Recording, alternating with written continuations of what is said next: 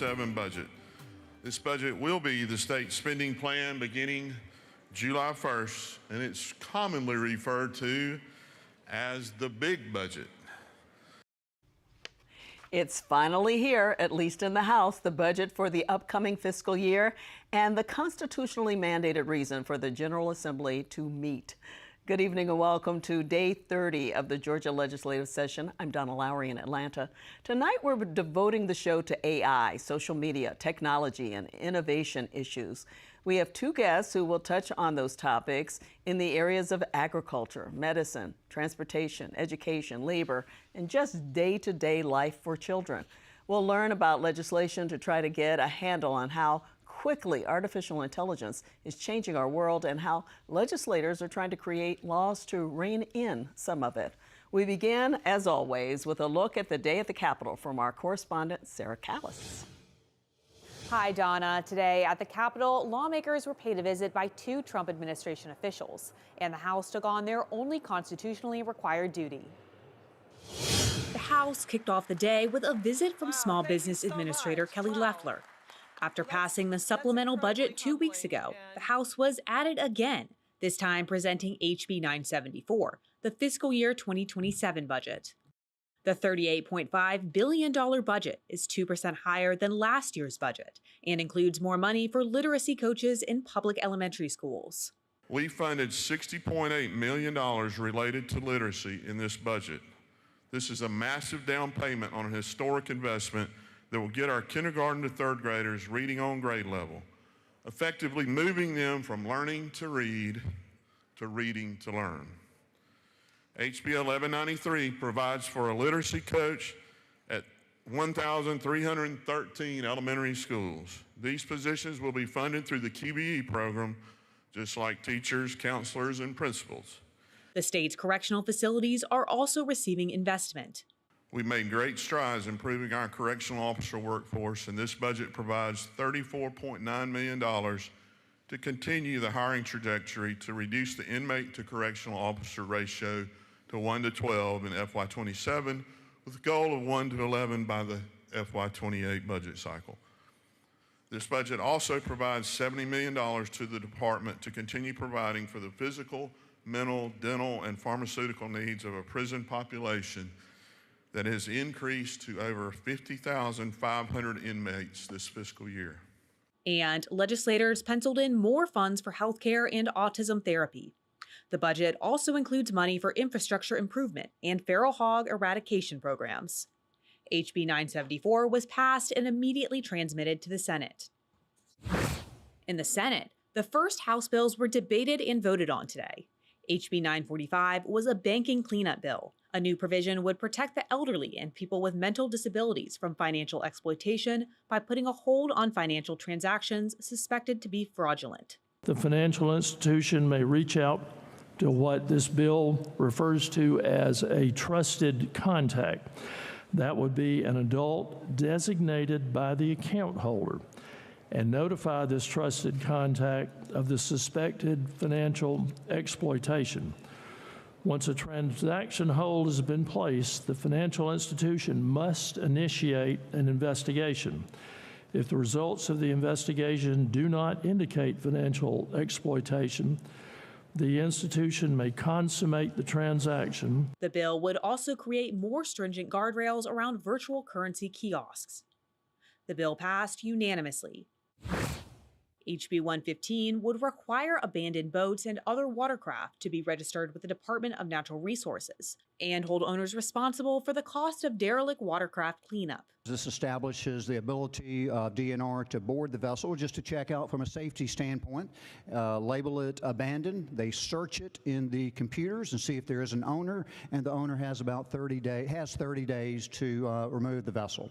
The bill was passed unanimously. HB 244 allows extensions for local governments to provide financial audits and changes the monetary requirements before audits would be required by state auditors to receive state funds.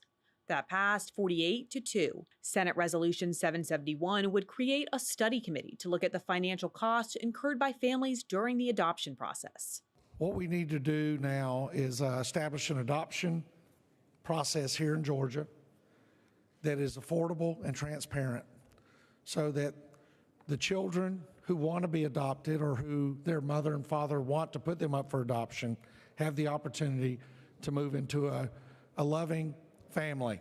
And those who choose to adopt should know should understand the process much better. I'm hoping that this study committee will also address the affordability of adoption and the responsibility of adoption. And House Resolution 1008 would ratify amendments to a statewide water management plan for the state's 10 water councils. Both resolutions were passed. At a midday press conference, U.S. Secretary of Agriculture Brooke Rollins spoke about the supplemental block grants that Georgia farmers can apply for to help with recovery efforts from Hurricane Helene. Kelly Loeffler, House Speaker John Burns, and Governor Brian Kemp joined the Secretary for the announcement. Thanks to your Agriculture Commissioner's incredible work under the leadership of your governor, a new block grant for your farmers here in Georgia of about $561 million. That will open up officially for applications this next Monday, March the 16th. Applications will close April the 27th. And finally, the annual Gold Dome Kickball Championship took place yesterday at Georgia State University. Let's go. Get ready. The House beat the Senate for the second year in a row, 9-3, in a hard-fought, injury-ridden game. Speaker Burns gloated a bit about the win today. We're on the kickball championship all-world team. All world. We may be an Olympic sport pretty soon, and we'll be there. If you would like to sign our victory ball, it'll be here today and tomorrow and Thursday. We'll have it back. We'd love for you to sign the ball so we can keep that for historical perspective. The House and Senate will be back on Thursday for Day 31, which is also Technology Demo Day at the Capitol. That's my Capitol Report. Donna? Thanks, Sarah. We're going to spend the rest of the show discussing legislation on a variety of topics under the AI, social media, and technology umbrella. For years, Georgia's General Assembly has worked to stay ahead of the game on a few of these issues. Joining us for the first part of the show is Republican Representative Todd Jones of South Forsyth. He is chairman of the House Committee on Technology and Infrastructure Innovation. Welcome to Lawmakers again. We love having you on, and there's always a lot to talk about, so let's get started. Okay. There are so many issues to explore. Let's start with the workforce. You would like a committee to explore the potential for humanoid robots in Georgia to work. Talk about that a little bit. Sure, we're going to see advancements in humanoids and robots literally at an exponential pace over the next 36 months. So we need to be figuring out two things. One, how are the humanoids going to be coming into the workforce? May that be at a warehouse or a distribution center, or may it be literally in surgery, or may it be in the education, or maybe in engineering or architecture? The second thing we need to be able to do is literally look at how are humans going to work with the humanoids and the robots to basically create leverage to get greater productivity. So we got a lot going on here, and we need to make sure Georgia's ready. So let's break some of this down. So when it comes to education, you were saying when it comes to the humanoid robots, we may see these assistants with the teachers that are robots. 100%. So when you think about, there's areas within Georgia that unfortunately we are understaffed significantly inside of pre-K, inside of K-12, well, even going into our technical colleges, et cetera. We want to make sure that we can put these humanoids as assistants to, say, a pre-K teacher, assistants to a kindergarten teacher, because in every public school in the state of Georgia, we do have two individuals inside of pre-K, inside of K. Why not have a humanoid as the assistant when we can't get a human to do it? And the great thing about it is we get to upload the humanoid with the best practices of the best assistants within the state, and literally almost every day update their skill set so they are being a great productivity tool for the teacher and hopefully a great education tool for our students. We do have to talk about the fears that people may have that it's going to take away jobs. Well, there's no doubt that, look, we can go back to the Pony Express. We can go back to, I remember when ATM machines were going to take out the bank teller. I remember when Excel was going to make an accountant useless, when in fact we have more accountants today than we've ever had. In many ways, we will take the bottom rung of the ladder out. There's no doubt about that. At the same time, though, we will add rungs on the top of the ladder, just like we've seen in tech, for instance. The CIO and the CTO didn't even exist inside of most companies 30 years ago, yet today there isn't a mid-tier company that doesn't have a CIO or a CTO, and then a large company has both. We're going to see that upskilling. So for us, one of the challenges and one of the opportunities we have is to make sure that as we see different skill sets become, I'll say, obsolete, how do we take that individual and do just-in-time training to upskill them? So for instance, if today I had a chance, I'd love to upskill people in 3D CAD. I'd love to upskill people in CNC finishing. These are things that our technical colleges do for you, and we can do those in quick certificates. I think the days, and people may not want to hear this, 5 years from now, it's going to be doubtful that we're going to have students at the TSG level or even the USG level going for years at a time without basically breaking that up into education, real world, education, real world, because the world's going too fast and we can't just take them out of that world for 2 to 4 years. So we're not going to do 2 to 4 years. We're going to say, do a couple of years, learn a little bit, get out there in the world and find out about it. Let's talk about K-12 though. Sure. And before. Yeah. So how do you prepare students for jobs we don't even know about? So I think how we prepare them is constantly making sure that they understand to lean into these productivity tools. One of the challenges we had literally just a couple years ago was, should we lean into AI because, quote, kids were going to cheat? I'm putting that in quotes. Well, no doubt. They were absolutely starting to use it for its most fundamental things, which is, can you write an essay, can you write a book report, etc. But what we started to see, those schools that were being most successful with AI was actually teaching the children to lean into these productivity tools, and then the expectations of those children are even higher, because we're expecting you to do what you can do, plus what the tool should have done for you. Now suddenly, instead of going here, the child's going to go to here. I think it's a win-win all around, as long as we make sure that the child understands how they can work with the tools, and then as they're going through K-12, by the time they get to high school, they're just constantly upskilling themselves and upskilling themselves. Look, there's the days of getting an education, may it be high school, TCSG or USG, is over.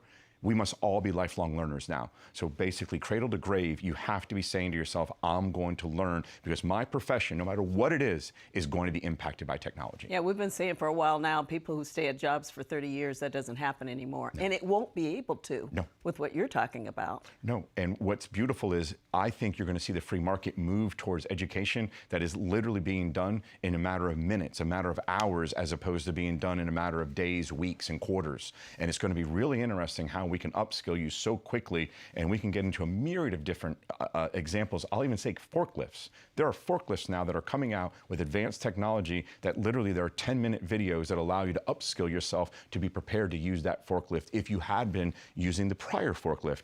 10 minutes, is that worth upskilling? Absolutely. And we put them into the position to really upskill their productivity. There will still be jobs, though, that people will need, that will only be able to require people to be there, right? Well, I think that's the fear, that people won't be around anymore. Well, I think there's a couple things we're going to have to do. First, there will definitely be jobs that, quote, people. Like interpersonal relationships are probably always going to be interpersonal, no matter how hard the humanoid wants to try to be us.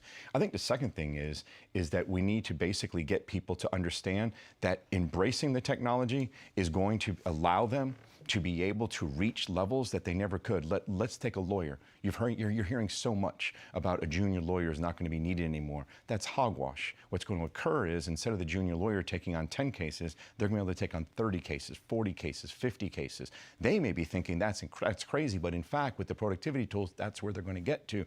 It's the same thing with the distribution worker or the warehouse worker, who today may be expected to move 300 items. Tomorrow might be 500 items, but all because of the fact of the productivity gains that we're going to have in technology. And you see this at all levels, just about all levels. So we've talked about this before. Talk about transportation. We've already seen the changes. We have Waymos all over the place. You've come on and talked about air taxis. Yeah. And we certainly see the little boxes that go around and deliver food all the time. I found one with my name on it. Yes. It was named Donna. I took a picture of it. But we're seeing that already. Mm-hmm. More with transportation. What more would we see coming up? Look, I think you're going to see mass transit vis-a-vis autonomous. So you're going to have autonomy, if you can imagine, starting, let's just use a typical corridor. The top of 400 go all the way up to Dawsonville, and you'll have maybe 10 autonomous buses attached to each other through NFC, near field communication. Each one of those buses will hold maybe 20. They're going to go down 400 at about 100 miles an hour. The first bus will get off at Dahlonega, the next bus will get off at Cumming, the next bus will get off at Alpharetta. You get my point, all the way down to, say, Midtown. Imagine we didn't have to build rail and spend $1 billion. We didn't have to get right-of-ways. We're literally going to be able to provide mass transit, but just because of the fact that we took a different application of AV. We already know that AV within our personal cars and our commercial trucks is going to be here in 5 to 10 years.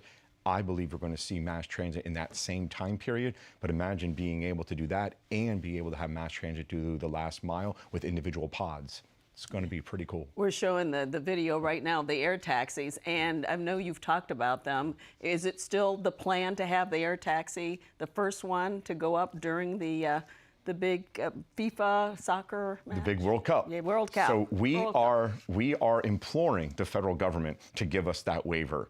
Okay. We believe that having it there at World Cup, I think it's important for 2 reasons. One, clearly we want to be the first state of Georgia, but 2, being able to continue to morph.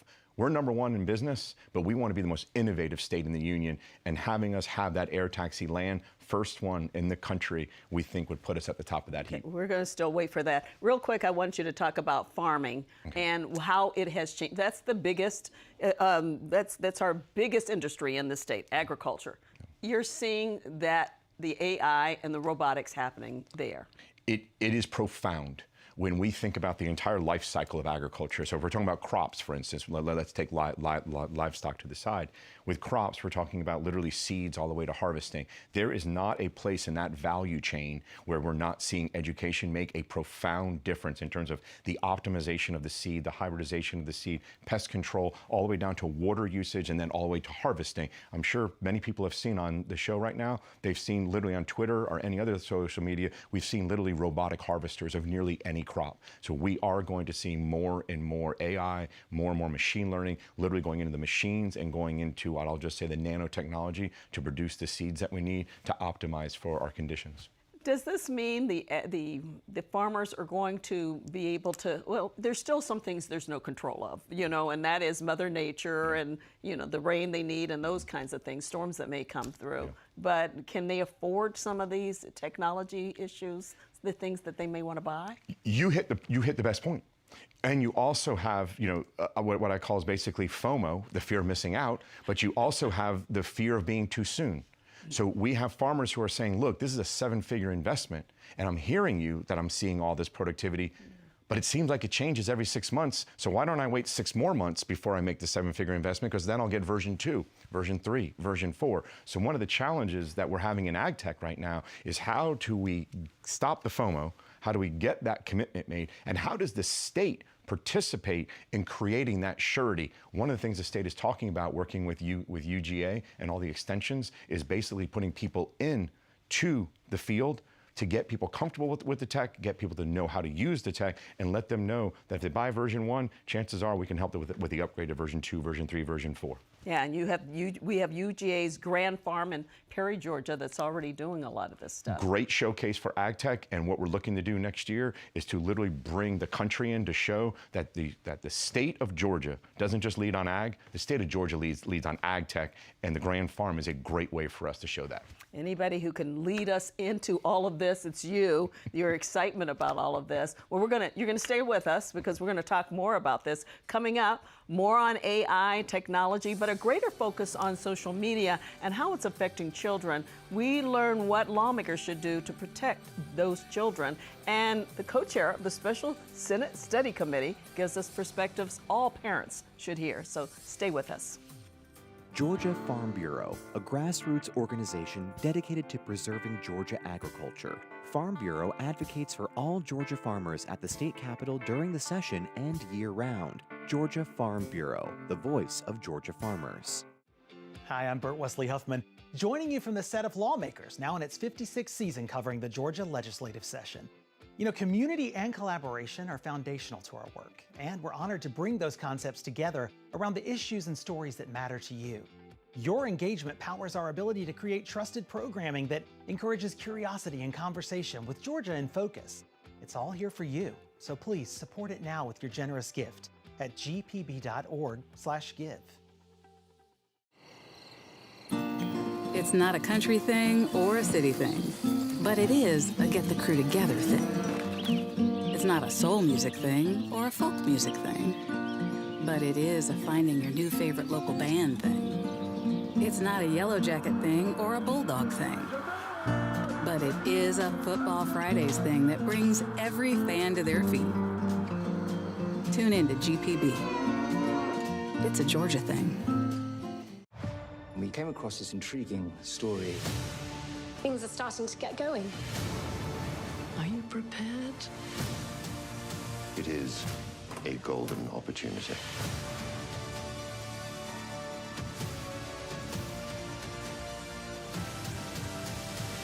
It's not over. It will be all that you've dreamed of.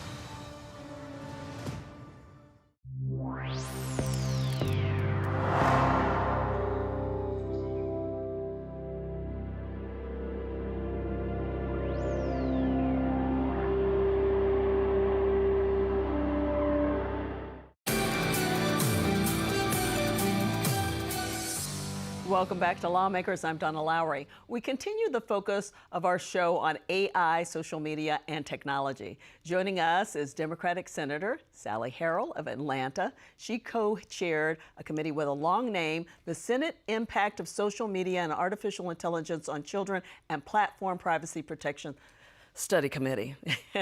And once again with us is Representative Todd Jones, chairman of the House Committee on Technology and Infrastructure Innovation. So thank you for joining us. So much to talk about, but yours is a little bit more serious, but we want to get through to it. Your study committee with your co-chair, Senator Sean Still, on social media and AI spent months and very long hours listening to testimony. You have wanted to actually have that kind of a study committee for a while. So tell us about it and why that was so important to you. Yes, I had actually filed that study committee a couple years before. It was important to me because I saw my own children and how they responded to the smartphone and their friends. I remember getting together with moms and their kids had gotten early exposure to pornography and were traumatized by it. Another mom had a kid who developed an eating disorder related to what the child experienced on the phone. So I knew 10 years ago that these phones were going to cause problems for kids.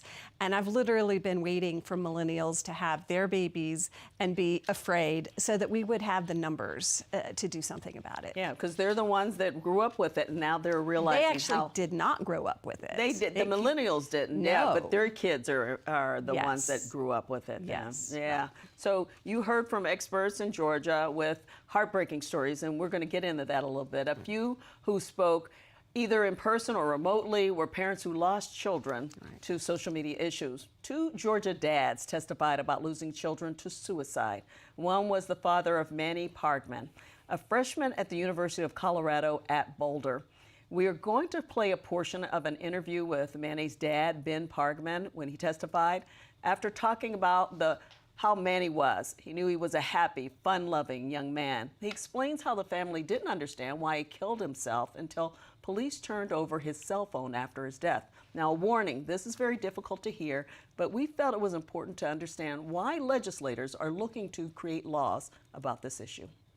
On his phone were repeated searches on how to kill himself. His notes app contained a journal on whether or not he deserved to live. We saw the papers that he submitted in class, papers on the effects of social media on kids' brains, how addictive it was, how hard it was to escape. Just 9 days before he killed himself, he turned in an English paper entitled "The Impact of Smartphone Use on the Mental Health of Students." The paper said, quote, "Smartphone dependency leads to increased issues with mental health of students. It leads to anxiety and depression and impairs cognitive function. Smartphones dependency is also known to make existing mental challenges worse. This is especially so in times of crisis." And even knowing that, 9 days later, he killed himself. In the days from looking at his cell phone, we determined in the days before he died, he deleted and reinstalled Instagram and TikTok about a dozen times, trying and failing to pull free. On the day he died, he watched 15 hours of TikTok videos before going out into the woods and hanging himself from a tree. As I said, difficult to hear. Yes. And the fact that he understood that what was going on with him and yet felt he couldn't get out of it, I guess. Right, and this is what was compelling about this testimony, is this kid knew. This kid was writing papers on this issue in school, and that speaks to really how addictive these platforms have become.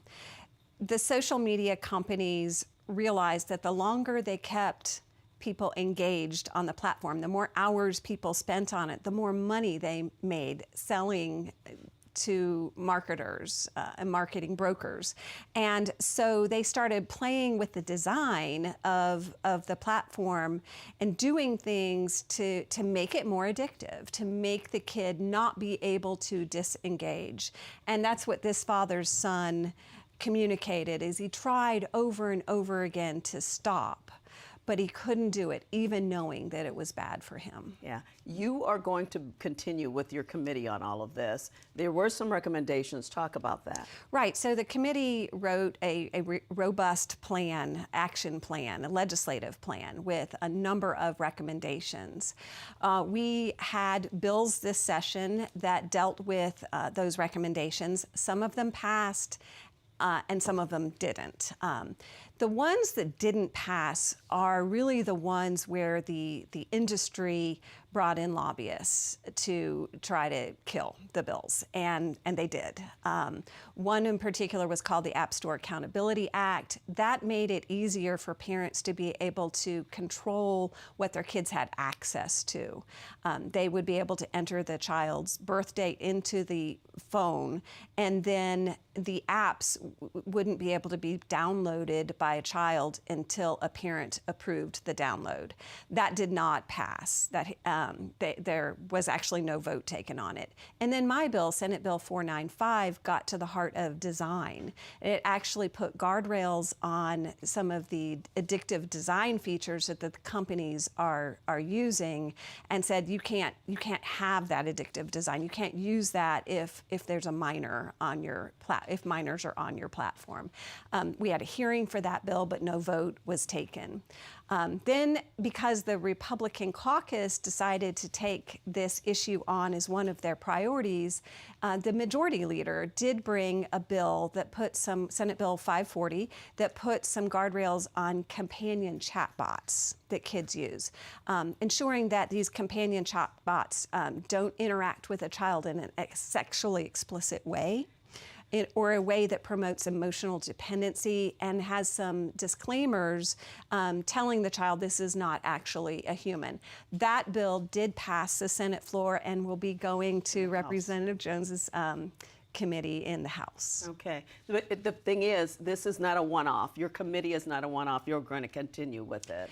Yeah. All the states that I've worked with that have made progress in this area, it's been a 3 or 4 year effort. We had a bill in the Senate today that was about removing abandoned vessels from our waterways, and that author got up and said that bill took 4 years. So it's not unusual for big issues like this to take a number of years. We're just happy that we have something moving this year, and that it's been a topic of conversation. Yeah, I know there's so much more to talk about, and I wanted to talk to you about some medical things, and I don't think we're going to get into a lot, except that I have to have you tell me, you think robots will actually be able to take blood from people at one point? Donna, I can guarantee it, because it's happening in the EU right now.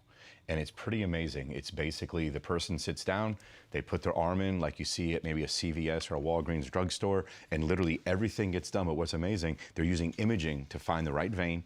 So they tap into the correct vein, and look, it's happening, it's already happening, and we're looking forward to the FDA approving it here in the United States. We never have enough time to talk about all of this, but the good thing is you guys continue to do it. The legislation is important. You guys have to just keep up with it, right? Absolutely, and for us, it's about guardrails. Yeah. We know that it's the private sector that's going to drive the innovation. It's up to us to put the guardrails around them. So in our mind, we saw massive innovation in the third industrial revolution. We're going to see it even bigger in the fifth industrial revolution. But I think what's going to be most important is our partnership with, we're in the guardrails, private sector will do that innovation. Okay, unfortunately, we're out of time. Thank you so much for coming. Thank you for having both me. of you. I appreciate all of this. That does it for Lawmakers Today. The legislature will take care of committee work tomorrow. Much of it is in the Senate, getting a first look at that budget passed in the House. We'll see you on Thursday. Have a good evening.